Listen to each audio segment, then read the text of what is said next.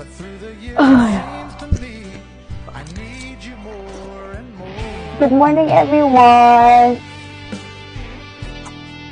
Kumusta? Hindi sa ko sa pakabugat ang kagahapon.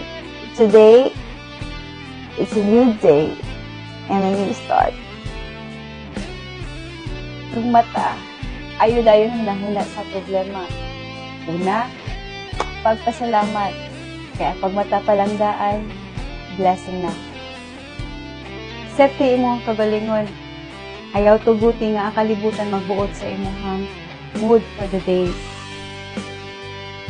Kaya ikaw ang tag-iya sa imong huna-huna.